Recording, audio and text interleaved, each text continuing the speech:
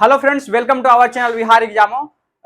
एक नोटिस बहुत सर्कुलेट हो रहा है और ये नोटिस था आरक्षण से संबंधित, संविदा कर्मियों को आरक्षण से संबंधित जो एक नोटिस आया है कि किसी भी जो वैकेंसी जो बिहार एसएससी सीजीएल हो गया, 10+2 हो गया, उसमें ऐसा बोला जा रहा है कि अब उन लोग को एक वर्ष अगर वो लोग काम किए हुए हैं तो 5 नंबर एक्स्ट्रा मिलेगा, अगर मैक्सिमम 25 नंबर तक एक्स्ट्रा बोला जा रहा है। इसकी सच्चाई क्या है, कितना भ्रम है, कितना सच्चाई है, इसके बारे में हम बात करेंगे। क्या रेगुलर जो स्टूडेंट जो है उस पर क्या फर्क पड़ेगा, क्या इफेक्ट आएगा, जो नॉर्मल स्टूडेंट जो तैयारी कर रहे हैं वो उस पर भी बात करेंगे। टीचर के द्वारा या यूट्यूबर के द्वारा जो बताया जा रहा है कि अब नॉर्मल स्टूडेंट सब सचिवालय सहायक लेना बहुत मुश्किल है, तो क्या इसमें कितनी सच्चाई है, ये सारा कुछ पर बात करेंगे। ये संविदा कर्मियों को जो आरक्षण मिला है इससे हम लोग पे कोई फर्क पड़ेगा या नहीं पड़ेगा, इस पर पूरे डिटेल में और अच्छे से हम लोग बात करते हैं। क्योंकि होता क्या है कि नोटिस रहता है कुछ, बात होता है कुछ, तीसरे चौथे तक पहुंचता है कुछ, और सिर्फ भ्रम की स्थिति बना दिया जाता है। पहले उस नोटिस को आप अच्छे से पढ़िए जो नोटिस सर्कुलेट हो रहा है। देखिए, छात्रों में बहुत ज्यादा डर का माहौल है। डर का माहौल होने का रीजन भी जायज है कि अगर पढ़ाई इतना हम लोग कर रहे हैं और अगर कोई आएगा और 5 नंबर ऐसे लेके चला जाएगा, 10 नंबर ऐसे लेके चला जाएगा, एक तो कट ऑफ एक नंबर का गैपिंग में बहुत ज्यादा अंतर हो जाता है और कट ऑफ भी हाई जाता है। लेकिन अगर जो लोग को ऐसे ही 25 मार्क्स मिल जाएगा तो कट ऑफ और भी ज्यादा हाई जाएगा, नॉर्मल स्टूडेंट का फिर होना संभव नहीं है। लेकिन क्या इससे फर्क पड़ेगा नॉर्मल स्टूडेंट पे या नहीं पड़ेगा, वो समझने की जरूरत है। पहले देखिए हो क्या रहा है। एक तो आपका ये वाला हो गया जो बिहार कर्मचारी चयन आयोग के द्वारा जो नोटिस एक आया है, इस नोटिस को पहले आप पढ़िए। क्या था इस नोटिस में? इस नोटिस में क्या था, क्लियर लिखा हुआ है। आपको पता है कि सचिवालय सहायक का पोस्ट बढ़ के 60 पोस्ट आपको पता है कि बढ़ाया गया है। उद्योग विस्तार पदाधिकारी का 60 सीट बढ़ाया है। उद्योग विस्तार पदाधिकारी का 60 सीट बढ़ गया है, जिससे पदों की संख्या 1500 प्लस हो गया, 1550 के आसपास हो गया, शायद 1541 पोस्ट हो गया है टोटल, सचिवालय में हो गया है। लेकिन बोला ये जा रहा है कि 1541 पोस्ट अब हम लोग के लिए है ही नहीं, क्योंकि ये तो सारा संविदा कर्मी वाला लेके चला जाएगा। तो थोड़ा सा नोटिस को ध्यान से पढ़िएगा। नोटिस में क्या लिखा हुआ है देखिएगा। समान प्रशासन विभाग, समान ए वाला पढ़िए, एक मिनट, ए वाला पढ़िए। समान प्रशासन विभाग बिहार पटना के संकल्प ज्ञापन दिनांक 22/1/2021 पत्रांक 12/897। इस दिनांक के आलोक में संविदा नियोजित कर्मी, जो संविदा नियोजित कर्मी है, नियमित नियुक्ति में अधिमानता दी जानी है। ये तो लिखा ही गया है कि अधिमानता दी जाएगी, मतलब इनको एक्स्ट्रा बेनिफिट दिया जाएगा। परंतु भी लिखा हुआ है, इस संबंध में प्रकाशित विज्ञापन में उल्लेख नहीं है, इसमें उल्लेख नहीं है। तदालोक में विधिवत नियोजित संविदा कर्मियों को ही संविदा कर्मी का नियमानुसार लाभ दिए जाने संबंधित प्रावधान को प्रकाशित विज्ञापन की कंडिका 5 कि उपकंडिका 10 के बाद उपकंडिका 11 के रूप में निरूपण सम्मिलित की जाती है। देखिए वो तो है, लेकिन बहुत सारा कंडीशन भी लगाया गया है उसके साथ में कि कौन से लोग इसका आरक्षण का लाभ ले पाएंगे। कंडिका 11 के बारे में हम देखते हैं कि कंडिका 11 में क्या लिखा हुआ है। तो कंडिका 11 जब देखते हैं तो देखिए क्या लिखा हुआ है, आप ध्यान से पढ़िएगा। देखिए क्या लिखा गया है, सारा क्लियर हो जाएगा जितना भी कंफ्यूजन की स्थिति बना हुआ है। देखिए क्या लिखा हुआ है, संविदा नियोजित कर्मियों को नियमित नियुक्ति में, जो नियमित नियुक्ति है, रेगुलर वैकेंसी है, रेगुलर जो आपका नियुक्ति है, नियमानुसार अधिमानता दी जाएगी। यहां तक तो सही है कि दिया जाएगा, लिखा हुआ है। एवं उम्र सीमा में शिथिलीकरण और कार्य अनुभव के आधार पर जो बताया गया है कि 1 साल है तो 5 नंबर, 5 साल के आधार पर 25 अंक एक्स्ट्रा दिया जाएगा। कार्य अनुभव के आधार पर नियुक्ति में अधिमानता का लाभ सिर्फ ए वाला ध्यान से पढ़िएगा, सिर्फ उसी पद पर नियमित नियुक्ति के समय दिया जाएगा जिस पद पर संविदा नियोजन के तहत कार्य किया गया हो। इसका मतलब ये हुआ कि अगर बीएसएससी सीजीएल से वैकेंसी ये आया है, बीएसएससी सीजीएल से जो एएसओ का वैकेंसी आया है, जो कि लेवल 7 का पोस्ट है, लेवल 7 का पोस्ट है, तो संविदा कर्मी भी जो होनी चाहिए वो इसी लेवल का वो जॉब कर रहे होंगे, इसी पद पर वो चयनित हो। लेवल 7 के पद पर ही, लेवल 7 के पद पर ही और उसी विभाग में, सेम विभाग में वो संविदा कर्मी हो, संविदा कर्मी हो। तो आप जाकर के ये पता करिए सचिवालय में कितने लोग ऐसे संविदा कर्मी हैं जो कि इस पद पर कार्यरत हैं, तो आपको पता लगेगा कि ना के बराबर ही हैं। तो जब वो हैं ही नहीं तो आपका कंपटीशन वहां से होगा कैसे, मतलब ही नहीं है। फिर देखिए आगे क्या लिखा हुआ है, समान प्रशासन विभाग, समान प्रशासन विभाग बिहार पटना के संकल्प में कंडिका 5 के आलोक में विधिवत नियोजित संविदा कर्मियों को ही संविदा कर्मी के रूप में लाभ दिया जाएगा। ये सब जो सुविधाएं हैं जो संविदा कर्मी वाला, अवैध नियुक्ति वाले को नहीं मिलेगा। दैनिक वेतन भोगी, एक संविदा कर्मी में जो दैनिक वेतन भोगी आते हैं उसको भी नहीं मिलेगा। एवं जो बाह्य सेवा प्रदाता है, देखे होंगे कि बाहर से भी बुलाया जाता है गेस्ट के रूप में, गेस्ट एम्प्लॉय जिसको कहते हैं, उसको भी ये सुविधा लागू नहीं होगा। तो सोचिए इतना कंडीशन लागू किया गया है, संविदा के आधार पर नहीं लागू होगा जो, तो देख लीजिए अब मिलेगा किसको, तब देख लीजिए यहाँ पे अधिकतम 5 अंक प्रति वर्ष की दर से अधिकतम 25 अंक दिया जाएगा, लेकिन उसी को मिलेगा ना जो सारा कंडीशन फुलफिल कर रहा हो, जो शर्त है ये पूरा शर्त वो फुलफिल कर रहा हो वो संविदा कर्मी। लेकिन घबराने की कोई बात नहीं है, जो इतना मार्केट में भ्रम की स्थिति बना हुआ है इसको थोड़ा सा समझिए। देखिए 3-4 वैकेंसी जिस पर हम बात करते हैं, BSSC CGL, BSSC CGL, BSO और 10+2 लेवल, 10+2, ये 3 वैकेंसी सबसे इंपॉर्टेंट है।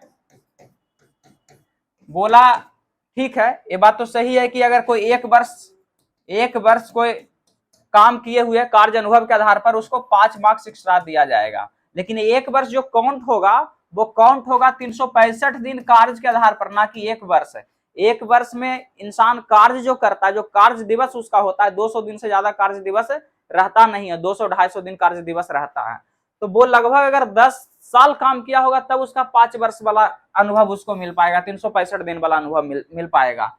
लेकिन इस पोस्ट में जो लेवल 7 का जो पोस्ट है, ये जो लेवल 7 का जो पोस्ट है कंबाइंड ग्रेजुएट लेवल वाला सचिवालय सहायक जिसको कहते हैं एएसओ, संविदा कर्मी भी इसी लेवल पर पहले से कार्यरत हो, तो क्या वो संविदा कर्मी है? वैसे संविदा कर्मी की संख्या कितना होगा, 100 होगा, 50 होगा, 200 होगा, कितना होगा आप खुद जाकर के पता कर लीजिएगा, तो पता लगेगा कि वैसे संविदा कर्मी की संख्या ना के बराबर है जो लेवल 7 के पद पर उसी विभाग में पहले से चयनित हो। ऐसे लोग हैं ही नहीं, इसकी संख्या ही ना के बराबर है। अब आपको लग रहा होगा तो फिर भ्रम की स्थिति क्यों बनाया जाता है? तो हर एग्जाम में भ्रम की स्थिति पैदा होता है। ये जो सो कॉल्ड जो यूट्यूबर टीचर जो है, ये क्या होता है, हम जैसे स्टूडेंट को बस इस जाल में ये प्रोटेस्ट वो प्रोटेस्ट, बस पढ़ाई के अलावा हर कुछ करवाया जाता है, बस पढ़ाई नहीं, सिर्फ पढ़ाई नहीं होता है, पढ़ाई के नाम पर हर कुछ करवाया जाता है। तभी तो आपके जगह पर यूपी वाला लोग आकर के नौकरी लेके चला जाता है, क्योंकि वो लोग पढ़ता है आपसे ज्यादा नंबर ला करके वो लोग नौकरी लेके चला जाता है। यही कारण ये चीजें है। देखिए थोड़ा सा इस बात को समझिएगा, एक चीज और इसमें है, एक कंडीशन और लागू है संविदा कर्मी के लिए, एक कंडीशन संविदा कर्मी के लिए और लागू है। ये तो आपको पता ही है कि जो 10 साल से नौकरी कर रहा होगा संविदा पर, उसका पढ़ाई भी उतना ये नहीं होगा। उसमें क्लियर लिखा हुआ है कि अगर कोई यूआर का कैंडिडेट है तो वो 40% मार्क्स खुद से पहले लाएगा। अगर 100 नंबर का एग्जाम है, 100 नंबर का अगर एग्जाम है तो 100 नंबर में उसका 40 नंबर पहले से आना चाहिए। 40 नंबर पहले से रहेगा तभी उसमें 5 नंबर एक्स्ट्रा जुटेगा। ऐसा नहीं कि 40 अगर कम नंबर, 35 नंबर अगर वो लाएगा तो उसमें जो 5 नंबर एक्स्ट्रा देने की बात है वो नहीं मिलेगा। मिनिमम पहले उसको 40% लाना पड़ेगा। वैसे ही अलग अलग कैटेगरी में थोड़ा थोड़ा कम है। फीमेल के लिए मिनिमम उसको 32% लाना होगा।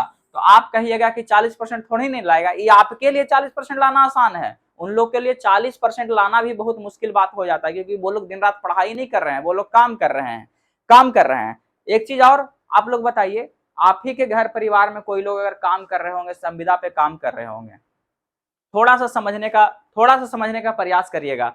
कोई एक विभाग है, इस विभाग में 100 लोग पहले से कार्यरत है, कोई संविदा पर पहले से कार्यरत है। इस विभाग का स्ट्रेंथ ही 100, मान के चलिए स्ट्रेंथ ही 150 है। इसका स्ट्रेंथ ही 150 एम्प्लॉय का है। 100 लोग पहले से कार्यरत है, 5 साल 10 साल से काम कर रहा है। अब आप बताइए, एक ये भी डिमांड कर रहा है कि हमको नियमित कर दिया जाए। तो अगर इसको पूरी तरीके से नियमित कर दिया जाएगा तो फिर ओपन वैकेंसी कै गो बचेगा? 85 गो ना ओपन वैकेंसी बचेगा। लेकिन सरकार भी ये अच्छी काम कर रही है कि आपको हम नियमित करेंगे, लेकिन नियमित भी आपको तभी करेंगे जब आप कंपटीशन में उतरिएगा। आपको हाँ कुछ समय काम किए हैं तो उसके आधार पर आपको कार्य अनुभव के आधार पर आपको एक्स्ट्रा मार्क्स देंगे, लेकिन डायरेक्ट नियमित नहीं करेंगे। अगर इसी को नियमित कर दिया जाए तो यहाँ पर बचेगा फिर वैकेंसी? नहीं बचेगा। लेकिन ये पूरा के पूरा फिर 150 वैकेंसी आपका खाली रहता है। ये 150 वैकेंसी पूरा निकलता है। इसको धीरे धीरे 1%, 2%, 5% दिया जा रहा है, तो इसमें कौन सी बुराई वाली बात है? और इसकी संख्या ही पहले नहीं है कुछ भी, इसकी संख्या ही कुछ भी नहीं है पहले। अगर देखिएगा तो हाँ, ये जो आपका ग्रुप डी लेवल का है, डाटा एंट्री ऑपरेटर वगैरह, इसका संख्या संविदा पर है, क्योंकि बेल्ट्रॉन बहाली कराता है। तो बेल्ट्रॉन किसका बहाली कराता है? डाटा एंट्री ऑपरेटर वगैरह का बहाली कराता है। तो इसकी संख्या बड़ी मात्रा में है, लेकिन सीजीएल पर कोई इफेक्ट नहीं पड़ेगा। जो सचिवालय सहायक है, इस पर संविदा कर्मी का किसी भी तरीके का कोई इफेक्ट नहीं पहुंचेगा। रेगुलर तैयारी जो स्टूडेंट कर रहे हैं, ये जो भ्रम की स्थिति जो बनाया जा रहा है, ये प्रोटेस्ट वो प्रोटेस्ट करना है, क्योंकि नौकरी ही नहीं लगेगा सचिवालय सहायक में इस बार लोगों का। बिल्कुल नहीं, ये सब छोड़ करके आप लोग अपने पढ़ाई पे फोकस करिए। सिर्फ ये जो सारा कुछ है ये बस ऐसे ही। एक टीचर का देख रहे थे अभी, जो बिहार पुलिस का रिजल्ट आया। सोचिए, टीचर जो नाम नहीं लेंगे लेकिन काफी फेमस टीचर हैं। दरोगा का आप लोग को पता है कि 19,838 वैकेंसी था। इसका 5 गुना लगभग होता है 99,000 समथिंग, शायद 99,190 के आसपास होता है। ऐसे हम ये बोल नहीं रहे, 190 या कुछ होता है ऐसे, ठीक है, 99,190। लेकिन रिजल्ट जो दिया है 99,690 दिया है। बिहार पुलिस 99,690 रिजल्ट प्रकाशित किया है, लेकिन 5 गुना इतना ही होता है। तो अब वो क्या बोल रहे हैं, सोचिए। उनका मतलब कि एक तरीके से मतलब कि इतना बड़ा टीचर जो तैयारी करवा रहा है पटना में, जो कि सबसे बड़ा टीचर मतलब कि मान रहा है अपने आप को, वो बोल रहा है 500 रिजल्ट एक्स्ट्रा कैसे प्रकाशित हो गया? 500 रिजल्ट एक्स्ट्रा कैसे प्रकाशित हो गया? वो गधा, वो बेवकूफ को ये भी नहीं पता है। बोलने का तो बोल सकते हैं, क्योंकि इस तरीके का बात किया है। जब 99,000 और 1 लाख का रिजल्ट आ रहा है, तो 500 स्टूडेंट का नंबर जो होगा सबसे लास्टवा नंबर होगा। क्या 500 का नंबर सेम नहीं होगा? कोई भी रिजल्ट प्रकाशित होता है तो सेम टू सेम उतना ही रिजल्ट नहीं दिया जाता है, क्योंकि जिसका लास्ट में नंबर आ रहा है और 5 लोगों का नंबर सेम आ गया है, तो कम से कम प्रीलिम्स में सबको ले लिया जाता है, सबको मेंस में बैठाने का मौका या फिर जो फिजिकल उसमें बैठाने का मौका दिया जाता है। तो सोचिए, इसमें बोला जा रहा है कि धांधली हो गया है। ये कौन सा धांधली हुआ है? ये 500 बच्चों को अगर एक्स्ट्रा लिया गया है तो धांधली कैसा धांधली है? इसको आप धांधली बोलिएगा? अरे नॉर्मल सा सेंस अगर होगा उनके पास तो ये समझ जाना चाहिए था कि एक्स्ट्रा जो 500 रिजल्ट तभी आया होगा जो लास्ट का जो लड़का होगा उसका नंबर इक्विवेलेंट होगा, वो 500 लड़कों के बराबर इक्विवेलेंट होगा, तो सबको रिजल्ट के अंदर ले लिया जाता है। बीपीएससी का भी रिजल्ट आता है तो जितना 10 गुना होता है उससे थोड़ा बहुत 1,000-1,200 रिजल्ट ज्यादा ही रहता है। किसी भी एग्जाम का प्रीलिम्स देखिएगा, जितना 5 गुना या 10 गुना रहता है उससे थोड़ा बहुत ज्यादा ही रहता है, क्योंकि लास्ट का जो नंबर रहता है वो कुछ लोगों का सेम रहता है, तो सबको ले लिया जाता है उसके आधार पर। लेकिन इस पर भी सवाल खड़ा किया जा रहा है। तो यहाँ क्या है कि सरकार के हर काम पे लोगों को सवाल खड़ा करने की आदत हो चुकी है।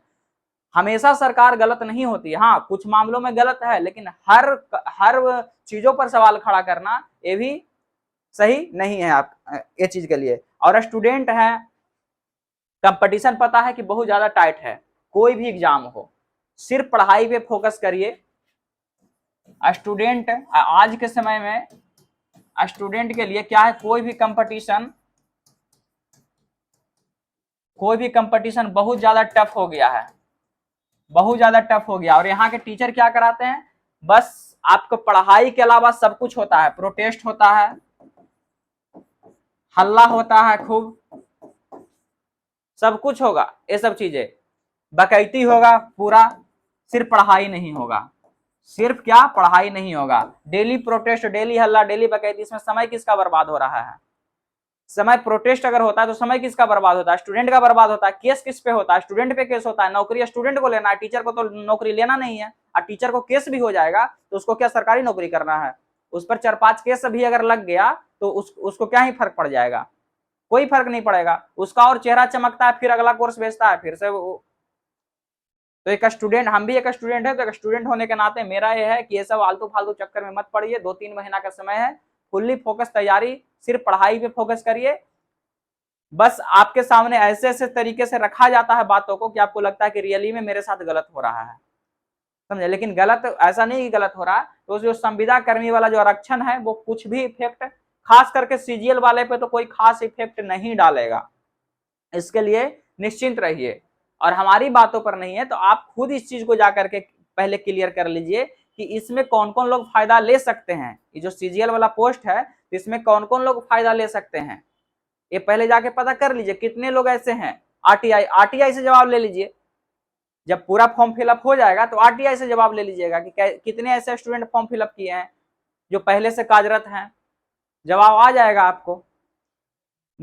एईडीओ में 10 लाख गया है, फॉर्म फिलअप हुआ है, 932 पोस्ट है मात्र, तो कंपटीशन कितना टफ है। अगर यही सब करना है, प्रोटेस्ट करना है, जो आपके सामने चीजों को रख दे रहा है गलत सलत, समझ रहे हैं ना क्या। देखिए क्या क्या है कि 99,190 या 690 क्यों 500 एक्स्ट्रा रिजल्ट दिया है, इतना सेंस नहीं है टीचर के पास। और वो सब टीचर को भगवान मान के लोग बैठे हुए हैं, हम ही लोग मान के बैठे हुए हैं। तो ये सब आरक्षण वाली बात, जो संविदा कर्मी वाला बात है, एक कुछ भी इफेक्ट नहीं डालेगा आप लोग को, कोई ये नहीं है, ठीक है ना। ये सब भ्रम की स्थिति बस पैदा किया जाता है ताकि बस ट्रेंड में बने रहें, ये बने रहे, कोर्स बिकता रहे, व्यूज आते रहे, सारा यही चीज का खेला है। मिलते हैं फिर से एक नए वीडियो में, आप लोग को ऐसे ही हम जागरूक करते रहेंगे, हमारा काम यही है। ठीक है, थैंक यू सो मच।